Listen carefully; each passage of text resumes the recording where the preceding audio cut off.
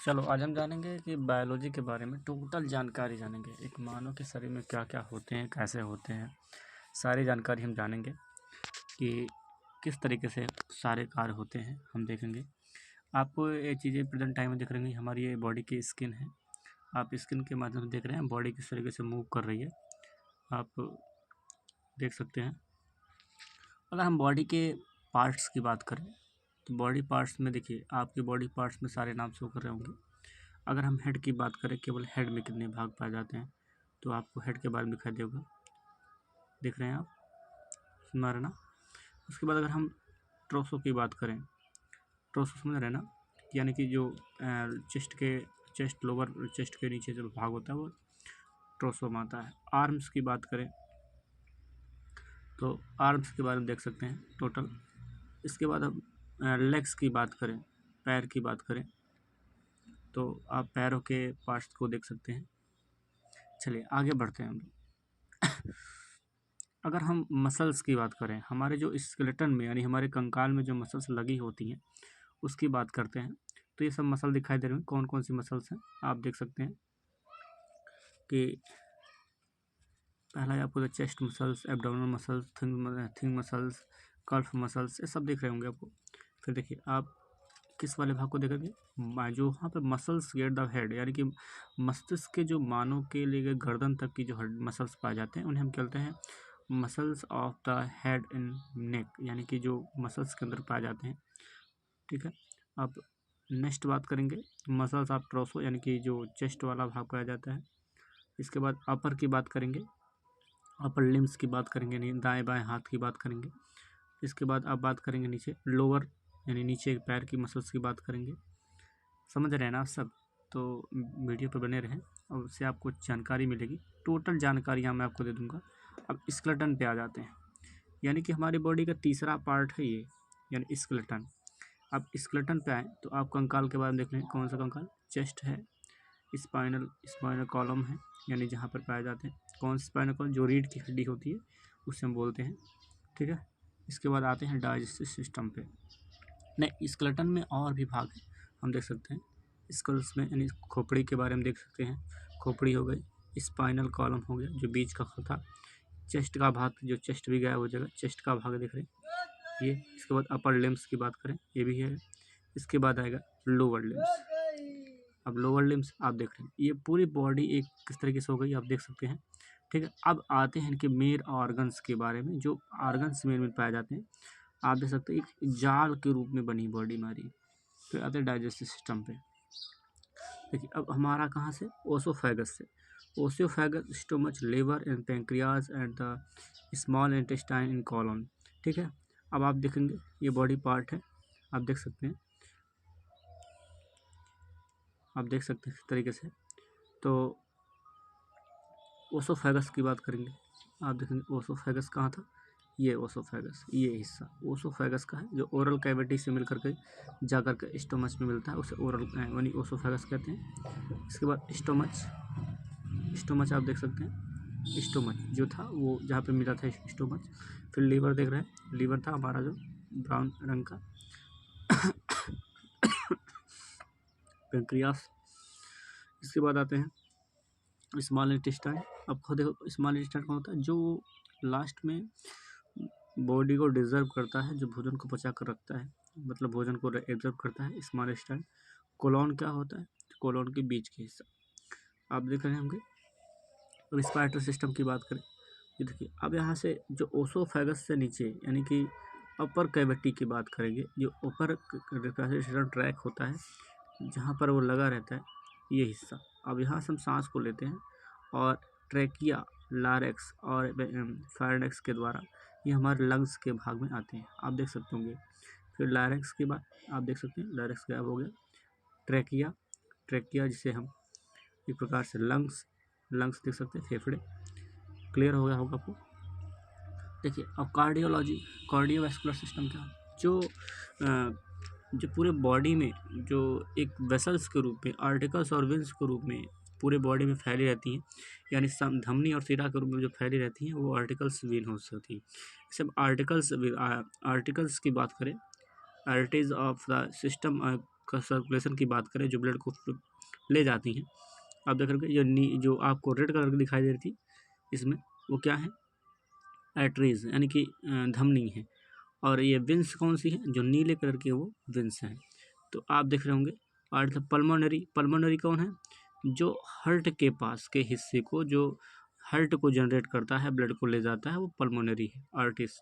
और विंस कौन है, तो विंस आप देख सकते हैं, जो आर्टिस के जस्ट बगल वाला। और इसके बाद फिर नीचे वाला देखेंगे तो रेड कलर का जो दिखाई दे रहा है आपको, ये विंस है। आप ये भी देख सकते हैं सारा। अब ये विंस ऑफ द पल्मोनरी का सर्कुलेशन, जो हार्ट के पास ब्लड को ले जा रहा है, ले आ रहा है, वो कौन है, veins of the pulmonary circulation. आप देख सकते हैं कौन बचा, केवल हार्ट बचा। क्लियर हुआ। अब लेम्फेटिक की बात करेंगे। स्प्लीन, स्प्लीन आप जानते हैं, स्प्लीन आप कह सकते हैं प्लीहा।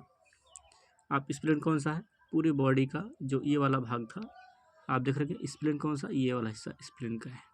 ठीक है। आप थाइम्स की बात करेंगे, देखिए आपके बॉडी का पूरा हिस्सा दिखाई दे रहा होगा। फिर अगर हम टॉनिस की बात करें, देख रहे हैं ना। इसके बाद लैम्फेटिक वेसल्स, जितने वेसल्स थे कौन से, लैम्फेटिक, हमारे पूरी बॉडी में जो वेसल्स दिखाई दे रहेंगे ये सब वेसल्स हैं।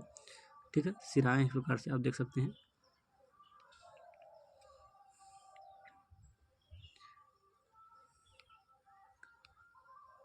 चलिए अब स्केटरी सिस्टम की बात करेंगे। उत्सर्जन तंत्र के लिए किडनी, यूरेथ्रा, यूरेथ्रा, इसके बाद ब्लैडर। साइज को छोटी करते हैं ताकि आपको समझ में आ जाए अच्छे से।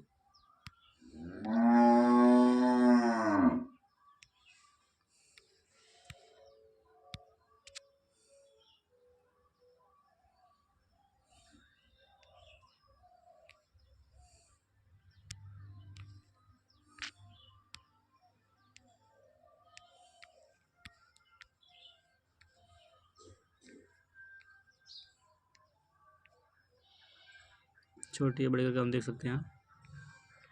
तीसरा क्या है,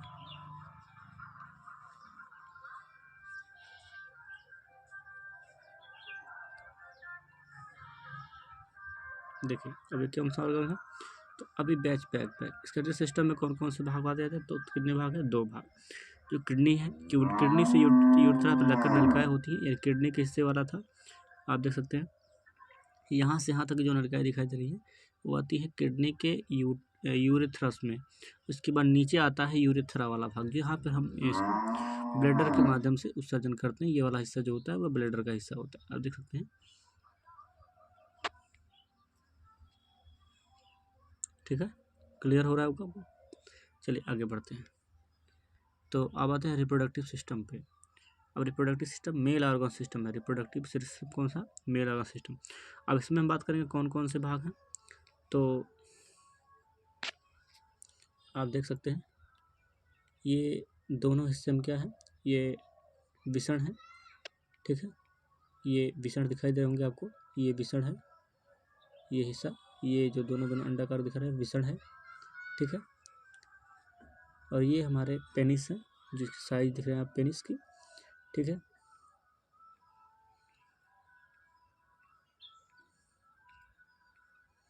अगर हम नीचे भाग जाएंगे, कौन सा भाग कहाँ होता है देख रहे होंगे आप। आइए अब स्पाइनल वेसल्स कौन सा है, तो जो वेसल्स में सेमिनल वेसल्स से कहेंगे, जो ले जाएगा बॉडी को। ठीक है, बॉडी के कौन से भाग को, शुक्राणु को ले जाता है, स्पर्म को ले जाता है। आपके कौन से भाग है, तो ये हिस्सा जो था आपके टेस्टिस का हिस्सा, यानी एपिडर्मिस, यानी कि जो ये विषण कोश है जिस थैली में रहता है वो किसका बना होता था, एपिडर्मिस का बना होता है। किसका बना होता है, एपिडर्मिस का। एपिडाइमिस कहा जाता है, वो बना किसका होता है, एपिडर्मिस का। सेमिनल वेसल्स क्या है, तो सेमिनल वेसल्स जो है जो शुक्राणु को डिफ्यूज करते हैं, ले जाते हैं, वो होते हैं। प्रोटेस्ट ग्रंथि की कौन सी होती है, प्रोटेस्ट मतलब होता है जेंडर। प्रोटेस्ट मतलब कौन होता है, जेंडर।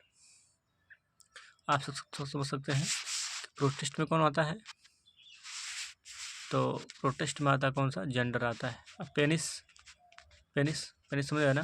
पेनिस का हिस्सा कौन सा आता है, देख रहे हैं यह हिस्सा जो दिखाई दे रहा है आपको, पेनिस का हिस्सा है। किसका हिस्सा है, पेनिस का, समझ रहा है ना। अब प्रोटेस्ट क्या है, सहायक ग्रंथि के रूप में काम करेगी। प्रोटेस्ट ग्रंथि कौन सी है, तो आप कहेंगे ये जो हिस्सा दिखाई दे रहा है ना, ये वाला हिस्सा, वो कौन सा था, प्रोटेस्ट ग्रंथि का। कौन सा हिस्सा था, प्रोटेस्ट ग्रंथि। ये हिस्सा जो था प्रोटेस्ट ग्रंथि का था। समझ रहा है ना, क्लियर हो गया होगा आपको। पूरी बॉडी पार्ट्स के बारे में जानेंगे, ठीक है। इसके बात करेंगे आप नर्वस सिस्टम की। किसकी बात करेंगे, नर्वस सिस्टम की। अब नर्वस सिस्टम में देख सकते हैं, ये देखिए ब्रेन है, क्या है, ब्रेन।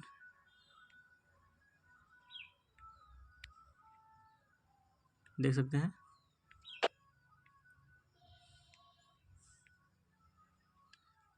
ब्रेन को देख सकते हैं आप।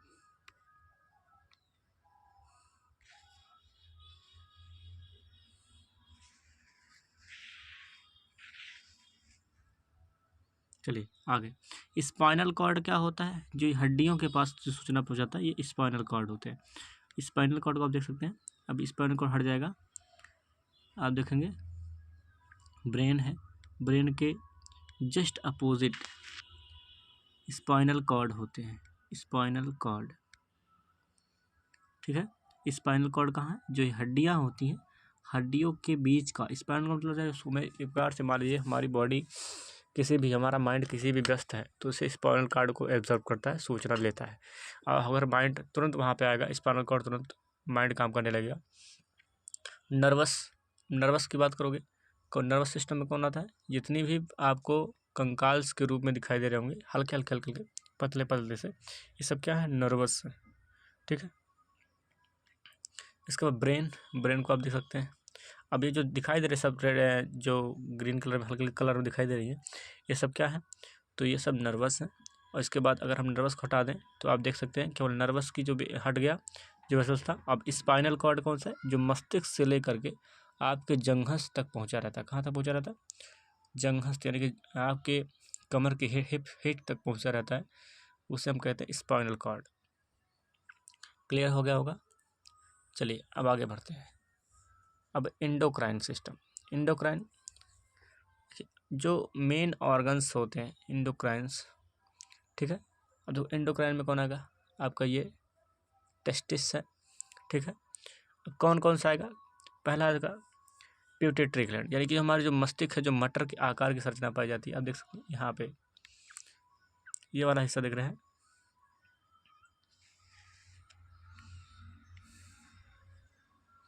ये वाला हिस्सा देख रहे हैं, ये वाला, तो आप इस वाले हिस्से को देखेंगे तो ये है पिट्यूटरी ग्लैंड। इसके बाद कहेंगे थायराइड ग्लैंड, जो गले की हड्डी के पास, जो गले का ये हिस्सा है, ये थायराइड ग्लैंड है। इसके बाद करेंगे पेंक्रियास, पेंक्रियास मतलब ये अग्नाशय है, ठीक है। उसके बाद करेंगे पेंक्रियाज, आप देख सकते, पिट्यूटरी ग्लैंड आप उसका देख लिए कौन सा ग्लैंड, थायराइड ग्लैंड। अब इसके पिट्यूटरी ग्लैंड कहाँ पे, ये था। अगर हम बात करें कि एड्रेनल ग्लैंड, तो हमारी एड्रेनल ग्लैंड कहाँ पे है, ये वाला हिस्सा, एड्रेनल ग्लैंड यहाँ पे है, ठीक है। इसके बाद मेन भाग कौन सा आएगा, यहाँ पर लास्ट में आता है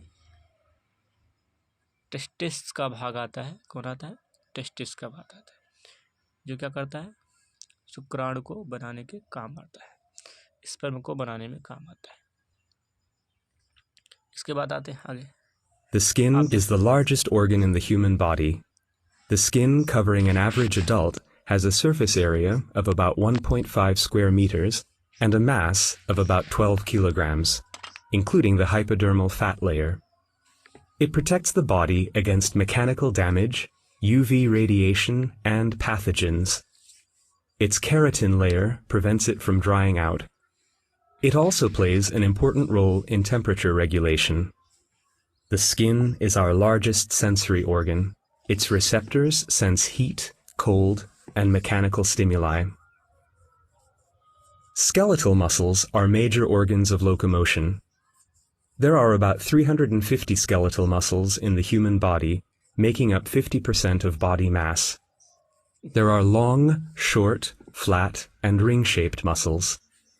Muscles are attached to the bones by tendons. The skeleton of an adult human consists of 206 bones. Bones are rigid and flexible at the same time in order to carry a large amount of weight. Bone metabolism is slow, so bones heal slowly. A broken bone takes at least 6 weeks to heal. To prevent osteoporosis, a proper daily intake of calcium, 1,500 milligrams for adolescents, must be ensured. The digestive system is responsible for the digestion and absorption of nutrients. Food is crushed in the mouth by the teeth. Digestion of carbohydrates can then begin. Proteins are digested in the highly acidic stomach. Then, in the small intestine, all 3 types of nutrients, that is, proteins, carbohydrates, and lipids, are absorbed.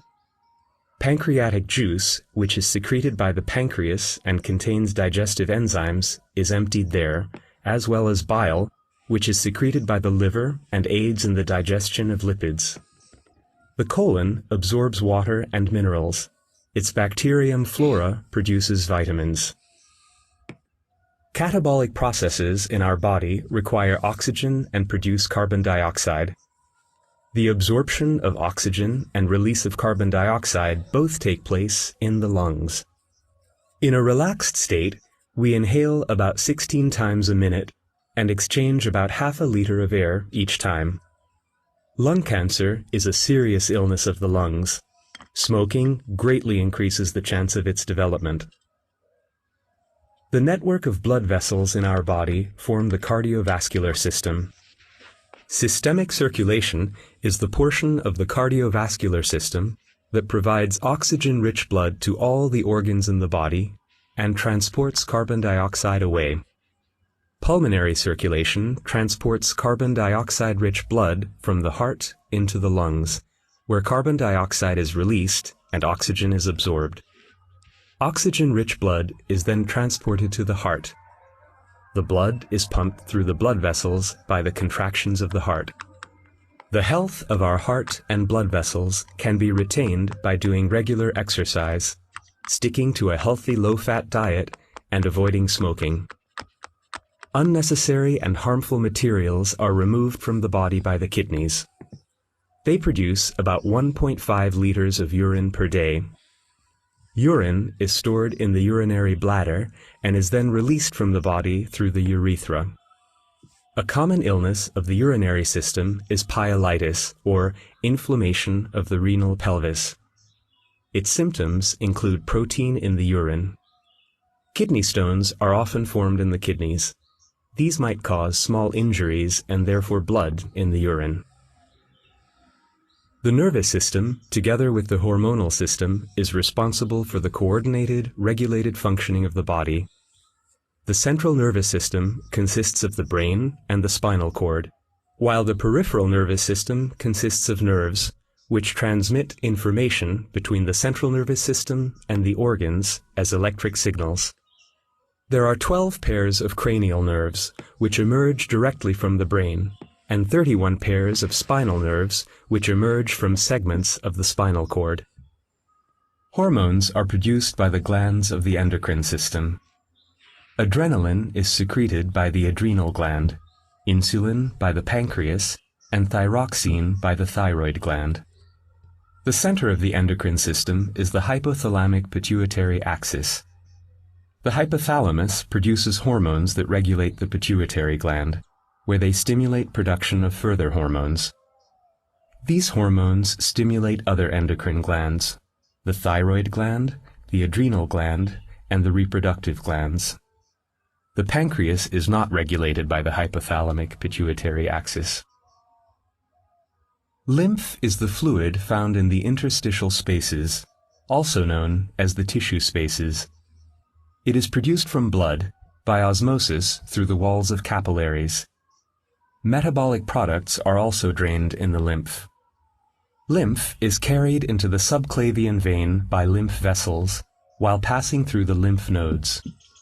Pathogens carried by the lymph meet white blood cells living in the lymph nodes, which is important for the operation of the immune system. Other important lymphatic organs include the thymus, the spleen, and the tonsils. They also play an important role in the maturation of white blood cells and in immune defense. Genitalia are responsible for reproduction. They produce gametes. During fertilization, the egg unites with a sperm, and they form a zygote from which the embryo develops. The reproductive glands in the males are the testes, which produce sperm. Sperm is stored in the epididymis. During ejaculation, sperm is ejected together with semen through the urethra. Semen is produced by the prostate and the seminal vesicles.